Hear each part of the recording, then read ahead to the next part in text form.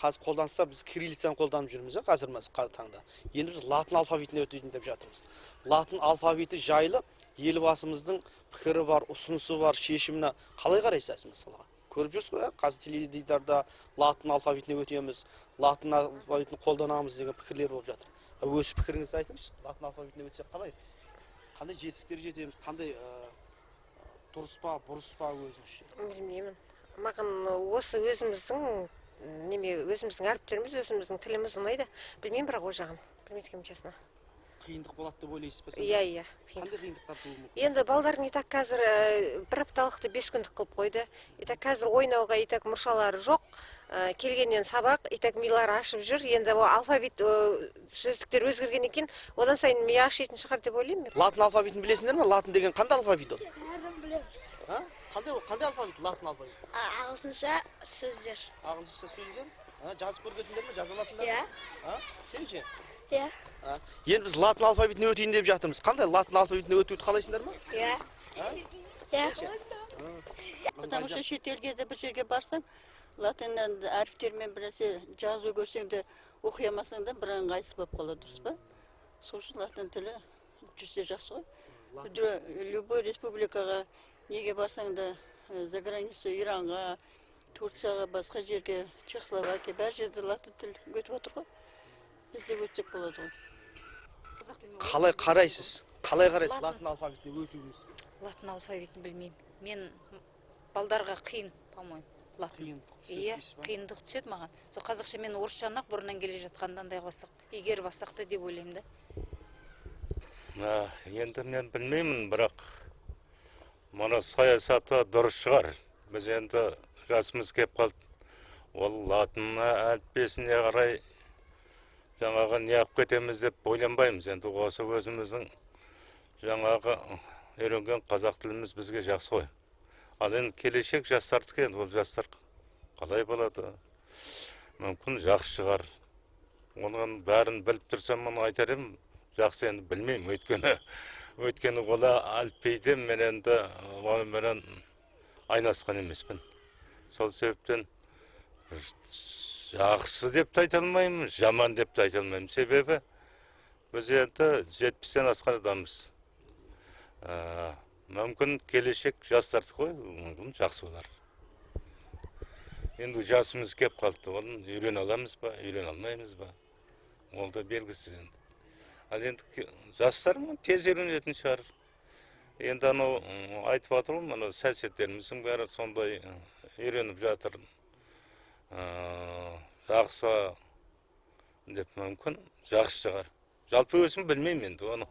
Қазір қаншалықты қолданасыз? Латын алфавиті жайлы бір қолданасыз ба? Ағылшын қолданбаймын. Ешқандай ештеңе ағылшын тілінде білмеймін. Орыс тілін білетінем, онда таза қазақ тілде нацистау адаммын мен негізі. Сол білетін орысшамды да ұмытып қалдым. Қазір таза қазақ тілінде сөйлегенді жақсы көремін. Өйткені өзіміз егемендік алғаннан кейін өз тілімізде сөйлегенге не жетсін? Латын алфавитін негізі өткен жақсы барлық тілді білуіміз керек қой біз.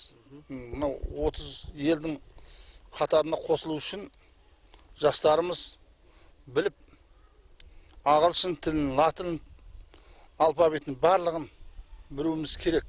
Орыс тілін, қазақ тілін болса да барлық тілді біліп, сол 50 елдің қатарына қосылуымыз керек. Сол үшін бізге ол жақсы білгеніміз. Жастар білу керек соның бәрін. Тағы бір сұрақ аға. Мына қазіргі қолданыстағы алфавитпенен мына латын алфавитінің айырмашылығы бар ма? Әрине бар. Оны анау нелер үйрету керек, жаңа мұғалімдар соны айырмашылығын мына жастарға білім беріп, соны үйретіп, қазақ тіліне қарағанда ол алфавиттің айырмашылығы бар әрине. Соны мына мұғалімдеріміз үйрету керек жастарға. Тәрбие беру керек соған. Латын алфавитін енді мен білмеймін ғой, мысалға. Сондықтан латын алфавиті қазір 3 тілді оқытып жатыр. Оқушылар, мысалы балдар, немерелеріміз қиналып жатыр, шынын айтқанда. Ол үшін ата-ана жұмыста біз оны жақсы меңгере алмаймыз. біз қартайып қалдық шынын айтқанда, сондықтан оны қазірсе сәл тоқтатып, бірінші ана тілімізді қайтарсын біздің. Ана тіліміз әліппені, әліппе 42 әріпті білуі керек бірінші. Немерелеріміз. Сол ұсынысым, сол одан басқа ешнәрсе айта алмаймын. Маған интернет жағына қиындық соған шығар, қолдар үйренбеген деген сияқты. Біз кириллицаны үйреніп қалғанбыз бәріміз. Айырмашылығы бар деп ойлайсыз ба? Айырмашылығы өте үлкен. Өте үлкен. Жазулардың өзі өзгеріп кетіп отыр ғой. Біздің қазақтың ү дегендерін толық мәтіндеп бере алмай отыр ғой. Дұрыс болғанда латын алфавитінің енді өзімізге де керегі бар деп ойлаймын. Неге десеңіз, жан жақтан қонақтар келеді, басқалар етеді. Сол кезде тіліміздің күтіп алуымыз керек, соған керек деп ойлаймын мен. Өзіме сол қиындау болды. Өйткені біз оны басынан бастау керек та. Қиындық туады. Маған латын алфавиті өте оңай болып есептеледі. Себебі бізге өте жақсы апайып береді деп есептеймін мен.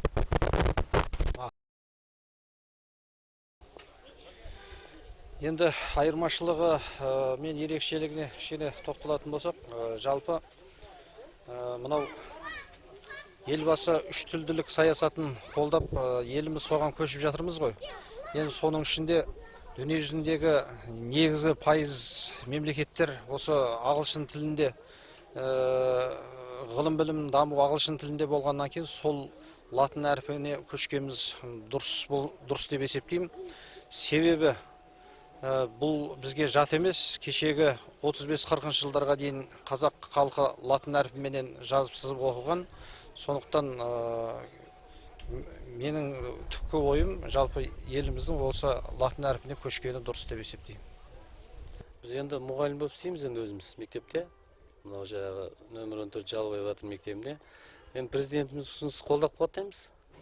Біз латын алфавитіне құда қалса.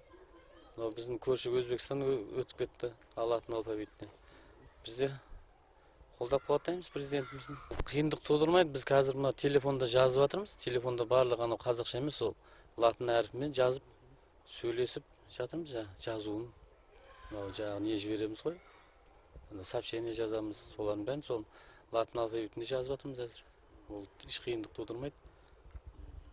Қазіргі қолданыстағы алфавит пен латын алфавитінің ерекшелігі жайлы, айырмашылығы жайлы не білесіз? Жаңағы жаңартылған білім бағдарламасы әрине біздің елбасымыздың тікелей мынау экономикамыздың өркендеуіне бір үлкен септігін тигізеді деп ойлаймын. Латын әліпбиіне көшуді мен өз тарапымнан қолдаймын әрине. Бұл енді жас жеткіншектерді үш тілде қазір оқыту бағдарламасы қолға алынып жатыр ғой. Әрине бұл ізгілікті, игілікті істің бастамасы. Сондықтан да бұған бар күшіміз салып жаңағы балаларға үйретуге әрекет жасаймыз. Ешқандай қиындық тумай ма айырмашылық жағынан? Бұл жағынан меніңше ойлаймын, ешқандай қиындық болмайтын сияқты. Себебі біздің мынау бастауыш сыныптарымыздың өзінде қазіргі таңда жаңағы ағылшын тілі қазір кең көлемде өтіліп жатыр ғой. Әрине бұл осы жаңа формат бойынша бізде ағылшын тіл пәнінің сабақтары өте жаңағы кең ауқымда өтіліп жатыр. Сондықтан біздің осындай іскер, жаңашыл ұстаздарымыз бар кезінде біз ешқандай қиналмаймыз деп ойлаймын.